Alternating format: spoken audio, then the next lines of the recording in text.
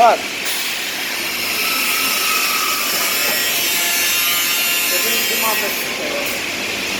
Çok şapak atıyor. Parçayı eğiyor. Bak. Şöyle yani daha güçlü oluyor. Daha güçlü görünüyor.